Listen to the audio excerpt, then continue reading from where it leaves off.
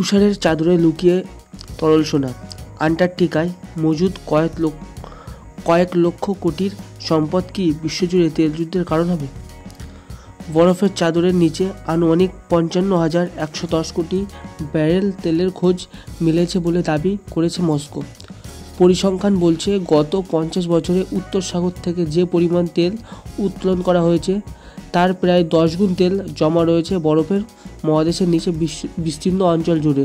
পৃথিবীর শীতলতম ও শুষ্কতম স্থান। দূর থেকে দেখলে অপরূপ সুন্দর, কাছে গেলেই মৃত্যুর হাতছানি লুকিয়ে শ্বেতভ্রম বরফের পড়তে পারে। নীরব প্রাণহীন এই মহাদেশের অপরূপ সৌন্দর্য দেখে বারবার মুগ্ধ হয়েছে পৃথিবী। পুরু বরফের আস্তরণের গভীরে এমন কিছু রহস্য লুকিয়ে আছে যা খুঁজে বার করতে বারবার পৃথিবীর বিভিন্ন দেশের বিজ্ঞানী ও অভিযাত্রীরা সেখানে ছুটে গিয়েছেন। আন্টার্কটিকায় ৯০% পুরু বরফের আস্তরণে ঢাকা।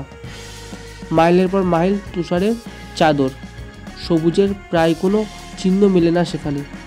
এহেন আন্টার্কটিকায় হদিশ মিলল কোটি কোটি টন ব্যারেল তেলের। অনুসন্ধানের কৃতিত্ব মস্কোর। বিভিন্ন সংবাদ মাধ্যমের দাবি অনুযায়ী আন্টার্কটিকার হিমায়িত ভূপৃষ্ঠের নিচে বৃহত্তম অপ্রকাশিত তেলের মজুদের সন্ধান পেয়েছেন রুশ গবেষকেরা।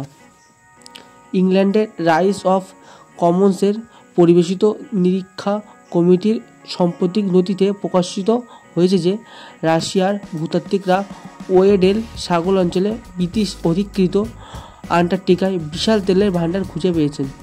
আর তাই নিয়েই ভবিষ্যতে রাশিয়ার সঙ্গে তেলের যুদ্ধে নামতে পারে ব্রিটেন। কারণ সাগরের যে অংশটি খনিজ তেলের ভাণ্ডার রয়েছে বলে মনে করা হচ্ছে সেটি ব্রিটেনের অধিকৃত বলে দাবি উঠেছে। একই অঞ্চলের দাবি নিয়ে সরব হয়েছে চিলি ও আর্জেন্টিনাও। বরফের চাদরের নিচে আনুমানিক ৫৫,১১০ কোটি ব্যারেল তেলের খোঁজ মিলেছে বলে দাবি করেছেন মস্কো। পরিসংখ্যান বলছে, গত ৫০ বছরে উত্তর সাগর থেকে যে পরিমাণ তেল উত্তোলন করা হয়েছে তার প্রায় ১০ গুণ তেল জমা রয়েছে বরফের মহাদেশের বিস্তীর্ণ অঞ্চল জুড়ে। এই তেলের উত্তোলন পর্ব শুরু হলে তা সৌদি আরবের মজুদ তেলের পরিমাণকেও টেক্কা দিতে পারবে বলে মনে করেছেন গবেষকেরা। কারণ বর্তমানে পশ্চিম এশিয়ার এই দেশটির তেলের ভাণ্ডারের তুলনায় দ্বিগুণ তেল চাপা পড়ে রয়েছে বরফের নিচে, এমনটাই জানিয়েছেন খনিজ বিজ্ঞানীরা। বিপুল তেলের অধিকার কোন দেশ কুক্ষিগত করবে তা নিয়ে বিতর্ক দানা বাঁধতে শুরু করেছে। বিতর্কের কেন্দ্রবিন্দুতে রয়েছে ১৯৫৯ সালে আন্টার্কটিকা চুক্তি। মহাদেশটিকে সুরক্ষা কবচ পড়াতে আমেরিকা, ইংল্যান্ড সহ Argentina, Australia, Belgium, Chile, France, Japan, New Zealand, Norway, দক্ষিণ আফ্রিকা এই চুক্তি করে।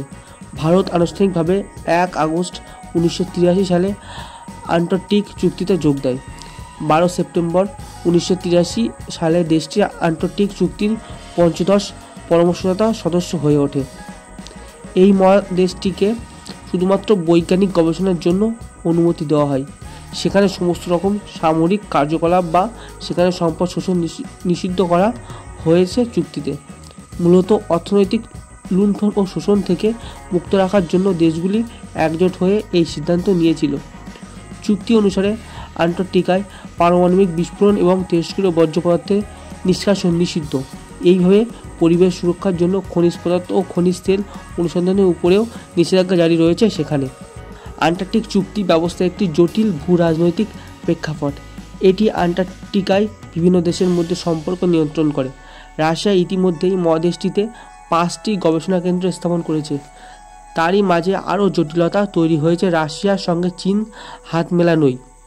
বেজিং এবং মস্কো সম্প্রতি বেশ কয়েকটি কৌশলগত চুক্তিতে একত্রিত হয়ে পশ্চিমের দেশগুলির দখলীকৃত অঞ্চলগুলি সম্প্রসারণের প্রচেষ্টায় বিরোধিতা করছে। অন্যদিকে আরব, চিলি এবং আর্জেন্টিনা ইতিমধ্যেই আন্টার্কটিকার ভূখণ্ডের দাবিকে জোরদার করে তুলতে সেখানে স্কুলের ছাত্রছাত্রীদের হাতে কলমে প্রশিক্ষণের ব্যবস্থা করেছে। গবেষকদের জন্য স্থায়ী বসতি স্থাপনও করেছে বলে জানা গিয়েছে। চিলি ও রাশিয়ার অনৈতিক অনুসন্ধান পর্ব নিয়ে নড়েচড়ে বসেছে। আন্টার্কটিকার ঘাঁটিগুলি নিরাপত্তা জোরদার করার নির্দেশও এসেছে। রুশ ইউক্রেন যুদ্ধের সময় থেকেই রাশিয়া এই কৌশল ক্রমবর্ধমান বলে দাবি করেছেন পশ্চিমী দেশগুলি। 2022 সালে 24 ফেব্রুয়ারি ইউক্রেনে আক্রমণ করলে রাশিয়ার উপর বিপুল পরিমাণ নিষেধাজ্ঞা চাপিয়ে দেয় যুক্তরাষ্ট্র সহ পশ্চিমী বিশ্ব। রাশিয়াকে আর বিশ্বাস করা যায় না বলে সে সময় সতর্ক করেছিল পশ্চিমী দেশগুলির রাজনৈতিক বিশেষজ্ঞরা। তাদের দাবি, এই অঞ্চলে বৈজ্ঞানিক গবেষণা আড়ালে পুতিনের দেশ বাণিজ্যিক উদ্দেশ্যে তেল ও গ্যাস খোঁজার দিকে বেশি মনোযোগী। সাধারণত ভূকম্পন, ভূতাত্ত্বিক এবং খনিজ অনুসন্ধান বিষয়গুলি নিয়ে গবেষণা করে থাকে রাশিয়ার অনুসন্ধান সংস্থা রাসজিও। এই সংস্থার গবেষকরাই বরফের নিচে তেলের অস্তিত্ব খুঁজে বার করেছেন। তারপর থেকে এই সংস্থার মূল উদ্দেশ্য নিয়ে সন্দিহান হয়ে পড়েছে ব্রিটিশ সরকার। রাশিয়া ইউক্রেন যুদ্ধের সময় থেকে আমেরিকা ও বিরোধী দেশগুলির সঙ্গে মস্কোর দ্বন্দ্ব সেই আশঙ্কাকে আরও বাড়িয়ে তুলেছে। পশ্চিমী বিশ্বের দাবি, আন্টার্কটিকার গোপন সম্পদ তুলে বিশ্বব্যাপী তা বাণিজ্যিকভাবে ব্যবহার করতে চাইছে ভ্লাদিমির পুতিন সরকার। ভবিষ্যতে জ্বালানি সরবরাহ নিশ্চিত করার জন্য রাশিয়া আন্টার্কটিকাকে ব্যবহার করতে পারে বলে আশঙ্কা বিরোধী দেশগুলির। তেলের ভাণ্ডার কবজা করতে পারলে রাশিয়ার শক্তি যে কয়েকগুণ বৃদ্ধি পাবে সে বিষয়ে নিশ্চিত বিশেষজ্ঞদের দাবি, যুদ্ধের সময় সামরিক এবং অর্থনৈতিক দিক থেকে বাঁচাতে সবচেয়ে বেশি প্রয়োজনীয় জ্বালানি। পেট্রোল ডিজেলের যোগান ঠিকমতো না হলে রঙ্গান্নে এক চুলো পিছোতে পারবে না ফৌজ। সেটা বুঝতে পেরেই বর্তমান সময়ে অপরিশোধিত তেল মজুদের বিশাল ভাণ্ডার গড়ে তুলতে চাইছে বিশ্বের অন্যতম সুপার পাওয়ার এই দেশটি। বর্তমানে খনিজ তেলের সর্বাধিক মজুদ ভাণ্ডার রয়েছে আমেরিকায়। প্রায় 100 দিনের বেশি জ্বালানি সংরক্ষিত রয়েছে যুক্তরাষ্ট্রে। দ্বিতীয় স্থানে আছে চীন। বেজিংয়ের জ্বালানি ভাণ্ডার মজুদ আছে 90 দিনের তেল।